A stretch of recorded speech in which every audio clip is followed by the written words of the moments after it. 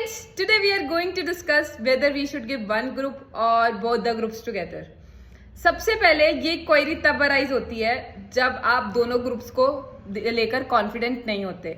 आज सुबह सुबह I received a call and student was asking ma'am मुझे समझ नहीं आ रहा मैं दोनों ग्रुप दूं या एक ग्रुप. मैंने बोला उसे, और यही बात मैं आपको भी बोल रही हूँ, कि ये कंफ्यूजन तब अराइज होती है, ये क्वेरी तब अराइज होती है जब आप दोनों ग्रुप्स को लेके कॉन्फिडेंट ना हो. अगर आप भी सेम डिलेमा में है तो आप देखो कि आपका कौन सा ग्रुप स्ट्रांग है. एग्रीगेट बनाने के चक्कर में हमें गड़बड़ नहीं करनी.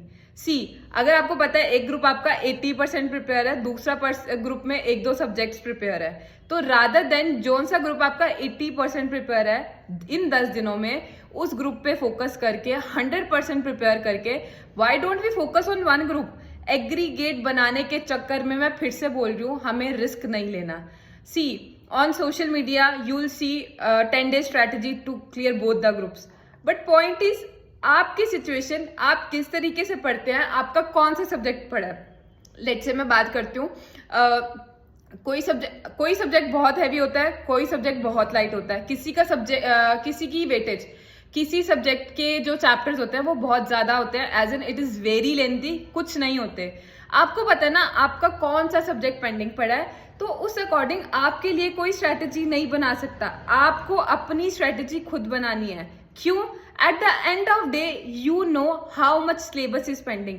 मुझे नहीं पता, अगर आपको कोई बोल रहा है कि 10 days में आप करोगे you will able to clear, but the point is कि उसको कैसे पता है कि आपका कितना सिलेबस हो गया.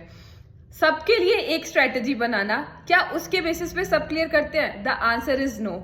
आप देखोगे the teachers will recommend you कि स्ट्रेटेजी बनाओ, उनकी स्ट्रेटेजी सुनो, बट बाद में पेपर पेन लो, अपनी स्ट्रेटेजी खुद बनाओ.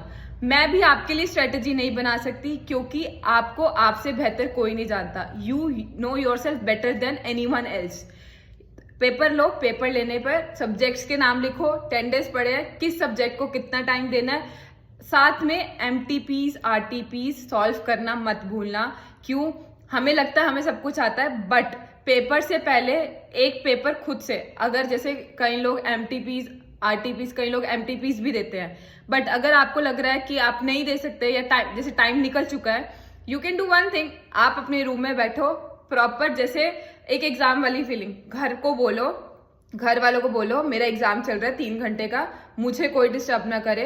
वैसे ही टेबल चेयर पर बैठो, अपना 3 घंटे का एग्जाम दो. एग्जाम देने के बाद check it yourself, you will know where you are standing.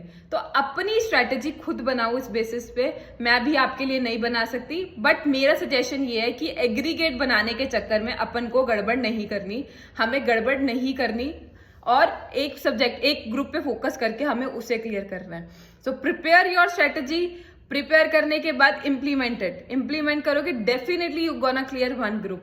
और एक और चीज मैं रिकमेंड करूंगी, अभी तक जिस टीचर को फॉलो कर रहे थे, किसी भी टीचर की बुक फॉलो कर रहे थे, फॉलो दैट टीचर ओनली.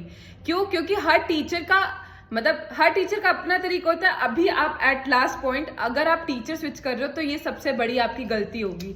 क्यों? क्योंकि अभी तक जो आप कंसेप्ट एक टीचर के अकॉर्डिंग कर रहे थे, आप बुक चेंज करने से आप रिटेन नहीं कर पाओगे.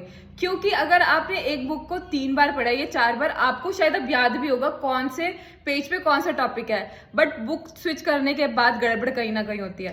तो stick to one teacher and prepare your strategy and implement it very well. All the very best, prepare well.